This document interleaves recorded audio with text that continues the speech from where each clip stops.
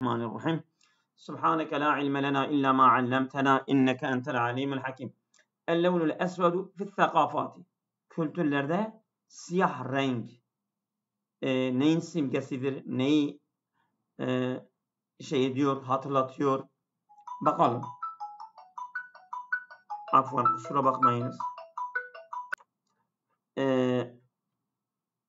اللون الأسود في الثقافات يعد اللون الأسود من أكثر الألوان إثارة للرموز والتناقضات في ثقافات العالم. Sayılıyor bu siyah renk min ekseril elvani.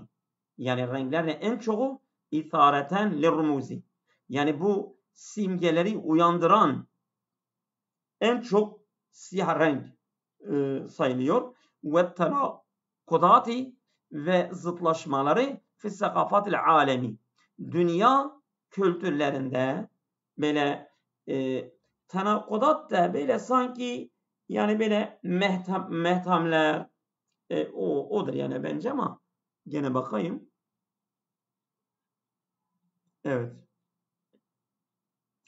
Siyah, evet. Siyah dünya kültürlerine en simgesel ve en çelişkili renklerinden biridir. Çelişkili ya. Çelişkili renkler. Evet. Feyye mu'zamı sakafatil garbiyeti. Yani batı kültürlerin çoğunda vardır bu. Yurtabetu bil hüzni. Bak. Bu vel hidadi. Üzüntü ve hidad da yani ağıt ve üzüntüyle bağlıdır. Bu siyah renk. Ve tulbesu el melabisu sevda'u fil cenazati. Bu giyiniliyor bu siyah elbiseler fil cenazati, cenazelerde tabiren anil elemi vel fakri, kayıp ve acı ifade etmek için cenazelerde giyiliyor bu siyah renk. Ama ses var mı? Alo, orada mısınız? Evet. Tamam. Ama bazı sakafatil asyaviyeti, Asya'nın bazı kültürlerinde feyuabbaru el esvedu anin nekâir ruhi. Bu ruhi arınmayı ifade ediyor. Evul kuvveti samiteti veyahut suskun gücü, yani ağırlık, suskun güç arındırıyor. Böyle ifade ediyor. Ve min cihetin ukhra, başka bir yönde yartadi el kuddatu ve camiyyune melabisen sevdaen fil ihtifalat resmiyeti. Resmi törelerde böyle yargıçlar ve üniversiteliler bu siyah elbiseleri giyiyorlar. Evet. Ma yemnehul levnu dilaleten alel heybeti vel vakari. Bu yani daha vakar, ağırlık ve heybeti, böyle korkuyu, yani böyle ağırlığı ifade etmek için bu renk bu renge bahşediliyor. Ma yumnahul levnu, yani bu renk bahşediyor delaleten al heybet. Heybeti ifade etmek için bu renk yani heybeti veriyor ha. Vakarı, ağırlığı ifade ediyor bu renk. Onun için yargıçlar ve üniversiteliler bu siyah elbiseyi giyiyorlar. Fil mukabil, karşı tarafta i'teberatu bazı şu'ub remzen lişşerri evl hatari. Bazı halklar bunu kötülük ve tehlikenin simgesi olarak biliyorlar. Siyah rengi. Kema fil asatir allati tasavvaret zulamu kemasdarin lil meçhuli vel mekhavifi.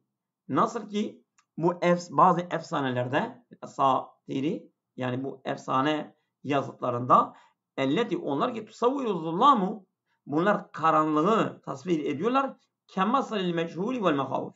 Yani korku ve meçhulu, yani bilinmezliği için karanlığı bir kaynak olarak tasvir ettikleri için bazı halklarda siyahı kötülük ve tehlike simgesi olarak kabul ediyorlar. Ve ma'a zalike, la yumkinu hasru delaletil esvedi fi ma'an vahidin. Bununla birlikte sadece siyahı bir kavrama hasretmek, yani sınırlandırmak mümkün değildir. Onun bir sürü ifadeleri vardır. لِأَنَّهُ لَوْنٌ يَحْمِلُ طَيْفًا وَاسِعًا. O çünkü bir renktir. Yani geniş bir yelpazeyi taşıyor. مِنَ الْمَعَانِ الَّتِي. O kavramlar ki tetebeddelu ma'az zamani vel mekani ve nazariyetil insaniyet. İnsani ve nazaratil insaniyet. İnsani bakışlar ve zaman ve mekanla birlikte bu manalar değişiyorlar, değişmektedirler. Bunun için onun yani kavram yelpazesi geniştir. Evet. El hadisu ma'an nefsi. Şimdi kendi kendine konuşmak. Yani onun belki farklı bir adı da vardır ama bilmiyorum. İnsan kendi kendine konuşuyor. Kendi yani içinden bazı şeyleri tasavvur ediyor, konuşuyor gibi. Bakalım onun şeysi nedir? El hadisü dâhiliyyu, iç konuşma, huve zâhiretun şâi'atun, yaygın bir olgudur. Yumarisuha mu'zamun nas. İnsanların çoğu bunu yapıyorlar. Sevaun bi va'yin ev dun intibahi. Yani isterse bilinçli olsun, isterse bilinçsiz olsun. Evet. Farkında olmadan insan bazen konuşuyor veyahut bilinçli bir şekilde de kendi kendine konuşabiliyor. Ve yara el ba'du enne hazel suluke gariben. Bazı insanlar diyor bu davranış, bu tavır çok yani böyle enteresan görüyorlar. Ya bu adam kendi kendine konuşuyor ya. Bazı insanlar öyle yani böyle yanlış garipsiyorlar yani. Ev yedullu ala ittirabin. Ya bu bir insan bir sarsıntı geçiriyor diye kendi kendine konuşuyor. Evet. Lakin eddirasat, yani bazı insanlar böyle. Onlara göre böyle ama lakin eddirasatu esvedet. Ama araştırmalar tespit etmişlerdir ki ennehu cüz'ün tabi'iyyun minet tefkiril beşeriyyi. O insanoğlunun düşüncesinin doğasının bir parçasıdır. Yani insan düşüncenin doğusunun bir parçasıdır. Evet. Yani normal bir şeydir ha. Araştırmalar diyor yani normal bir şeydir. Doğal bir şeydir. İnsan düşüncesinin doğal bir parçasıdır. Yani insan düşünüyorsa doğal olarak kendi kendine konuşması da onun bir parçasıdır. Yu'teberul hadisu ma'azzati. Evet. Edatun lit tanzimil akliyi. Yani insan kendisiyle konuşması akli bir düzen edatı olarak kabul ediliyor. Demek ki insan aklını bir düzene koyuyor ha. Kendisi konuşması o akıl için bir düzenin edatı olarak kabul ediliyor. Evet. Haysu yusaidu, yani mesela kendi kendine diyor ki ben bunu yapayım mı? Yapmayayım mı? Yaparsam iyidir, yapmazsam ne olur gibi işte önce bir düzenleme, akli bir düzenleme, akli bir tasarım falan yapıyor. Bu iyi bir şeydir diyor ha. Hayzu yusaidu ala terkizi. Bu onu odaklanmaya yardım ediyor. Ben bu işi yaparsam önce bir tasarım yapıyor.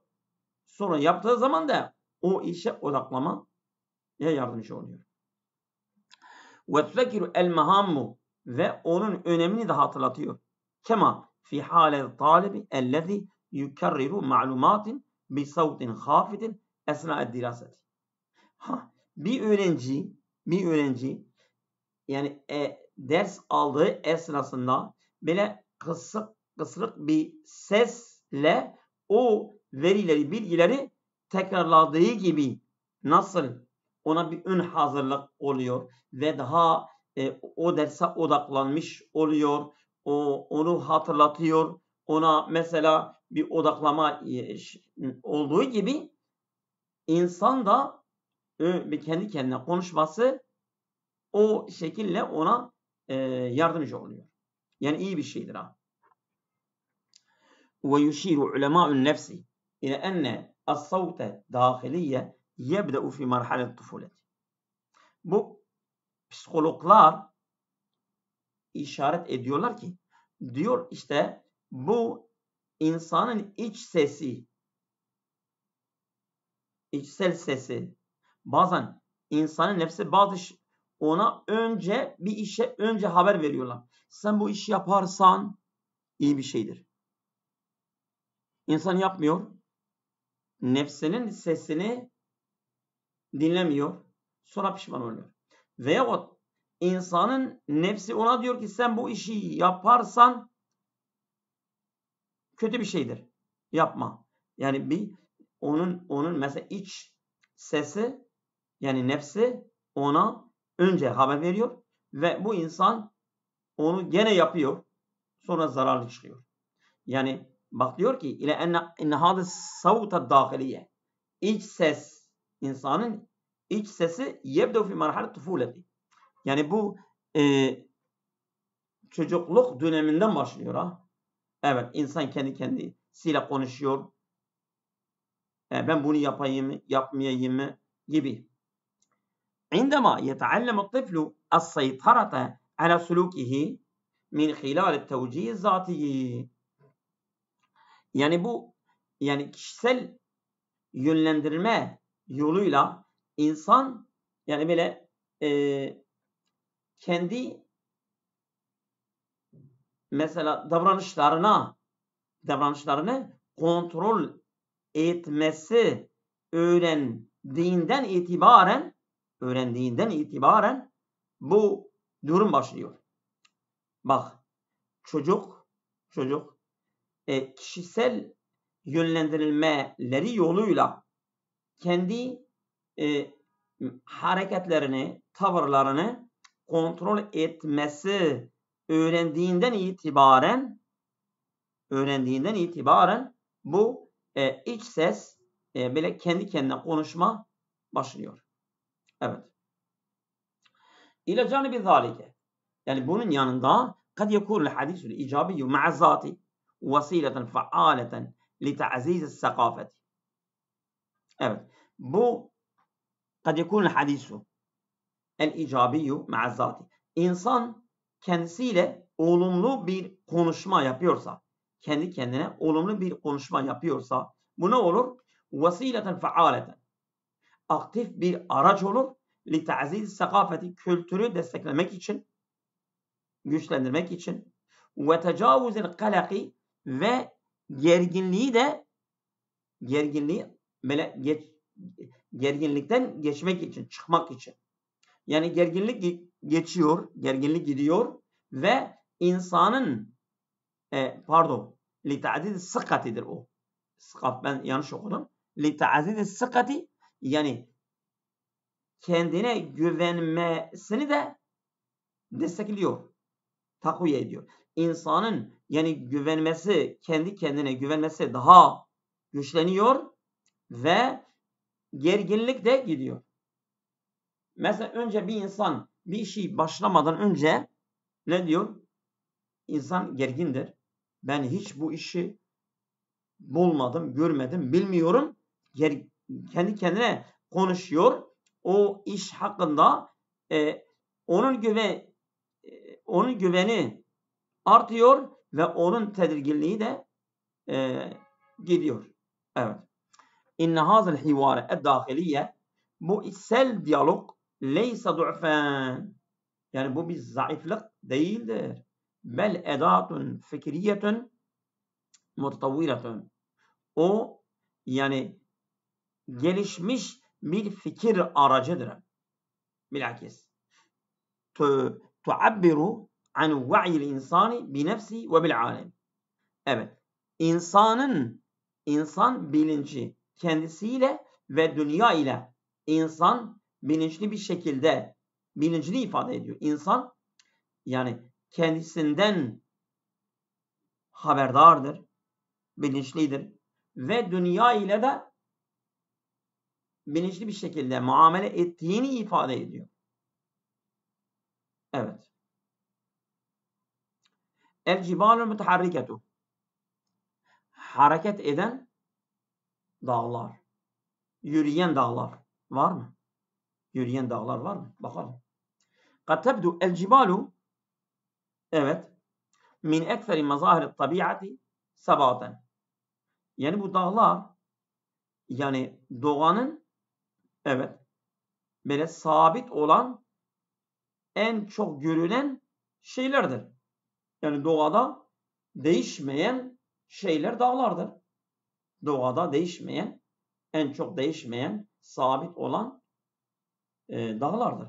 Mesela biz bir şey ispat edersek, örnek olarak adam dağ gibidir. Hiç yerinden oynamıyor. Ya bu iş dağ gibidir.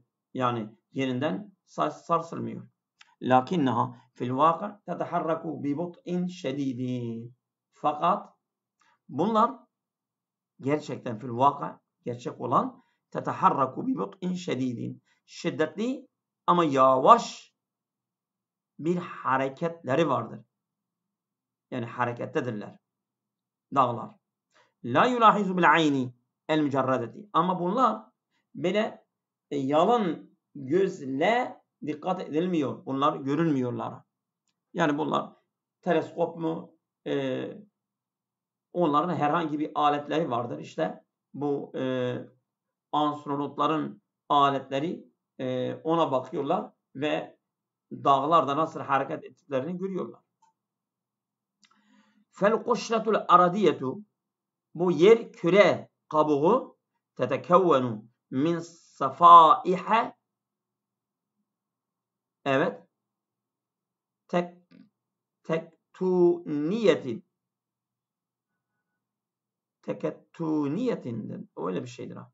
Evet. Bu yer kürenin kabuğu tetekevvenu oluşuyor min safaihe, birkaç sahifelerden, kaç böyle katmerlerden, böyle şeylerden, tabakalardan, evet, tektuniyeten, dağmadan. Ben tektuniyeyi bilmiyorum ama davasa, evet, bir dakika bakayım şimdi. Evet. Şimdi dünya erişimi bir kaya tabakasının üzerinden yüzen ve birkaç santimetre hareket eden devasa tektonik plakalardan ibarettir. Oluşmuştur. Teknoktik, o da teknoktik diyor ama teknoktik nedir? Bu yani bu jeolojik bir ifadedir ama tam bilmiyorum. Evet. Min safaihe tektoniyetin dağmatin. Davasa yani böyle katmanlardan, evet, kayalardan oluşuyor. Tatfu fevka tabakatin munsahiretin. Tatfu, evet, fevka tabakatin munsahiretin men suhuri. Yani bu dağlardan erimiş tabakalar üzerine böyle olmuştur. Açılmıştır. Ve teteharraku seneviyen bi bid'ati santimetratin. Ve bu böyle yıllık olarak birkaç santimetre olarak hareket etmektedirler. Ve teharraku, yani bu dağlar hareket ediyorlar. Seneviyen, yıllık olarak bir bid'ati santimetratin. Bid'at 3 ile 10 arası sayıdır. Evet. Yani birkaç santimetre olarak bunlar hareket etmektedirler. Dağlar. Hazil hareketu hiyelleti tüsebbibu ezzelazile. İşte bu hareketlerdir ki bunlar depremlere yol açıyorlar.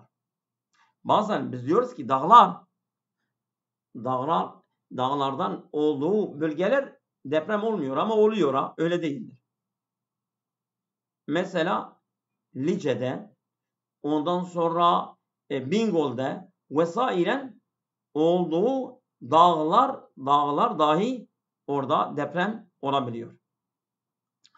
Ve tüşekkilül cibalu ala meden melayine sinine. bu dağlar teşkil edilmişlerdir. Alamede melayine sinine.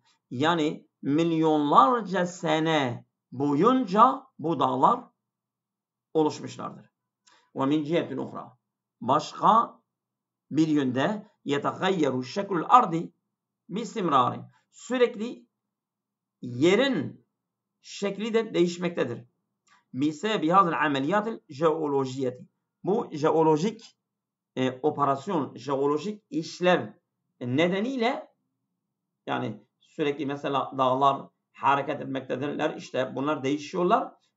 O tabi o yerin değişmesine de, jeolojik bir yerin değişmesine de neden yol açıyor. Neden oluyor. Ve ba'dul cibali taakkelet bi fi'li riyahi vel matari. Bazı dağlar, yani yağmur ve rüzgarın eylemleriyle bunlar yeniliyor. Yani bitiriliyor. Bitiyorlar. Rüzgar ve yağmur onları yavaş yavaş bitiriyorlar. Mimma yudifu bu'den zemeniyen tavilen ila şeklihel hali. Bu mimma öyle bir durum ki yudifu ekliyor bu'den zemeniyen. Yani bu zamansal özün, zamanen tavilen, özün zaman boyutunu eklemesiyle ila şeklil hali, bu şimdiki durumuna getirmiştir. Yani bazı dağların yağmur ve rüzgarın etkisiyle onu ne yapmıştır? Bu şimdiki halini özün zaman boyutunun eklemesiyle bu hale getirmiştir. Evet. Yani rüzgar ve yağmur bu şeyleri, bu dağları bu hale getirmiştir, oturtmuştur. Evet. Yani tam oturdu mu acaba?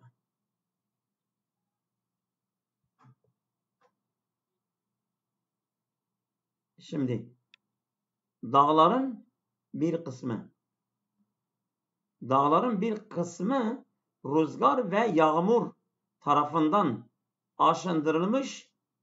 Bu da mevcut yapılarına özün vadeli bir boyut kazandırmıştır. Aynen hemen hemen aşağı yukarı belki Türkçesi benden daha şey olabilir. Aynı şekli almıştır. Ve tustagdamul akmarus sanaiyetu el-yevm. Yani bugünkü böyle modern kameralar kullanılıyor.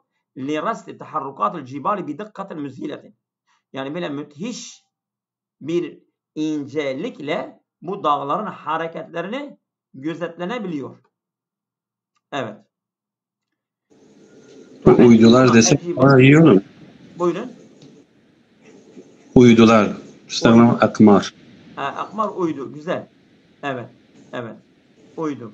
Ve tustagdamul akmarus sanaiyetu, yani böyle sanayi uydular el-yevm bugün li rasti taharrukatil cibali bi dikkatil müzhiletin. Yani müthiş bir incelikle bu dağların hareketlerinin gözlemlenmesi bu uydular kullanılıyor. Yani demek ki onların hareketlerini o uydularla görünüyor. Tuallimunel cibalu el mutaharriketu. Bu harekette olan dağlar bize öğretiyorlar ki ennetsubbate ez-zahiriye. Yani bu görünen ennetsubbate zahiriye. Yani bu görünen sabitlik, böyle sarsılmama. Yani görünüşte dağlar sabittirler. İşte bu görünen sabitlik fit tabiati, doğada, la yani el cumude. Bu donukluğu ifade etmiyor. Yani dağlar sabittir, böyle görünüşte sabittir, donukturlar, hiç yerinde oynamıyorlar manasında değildir.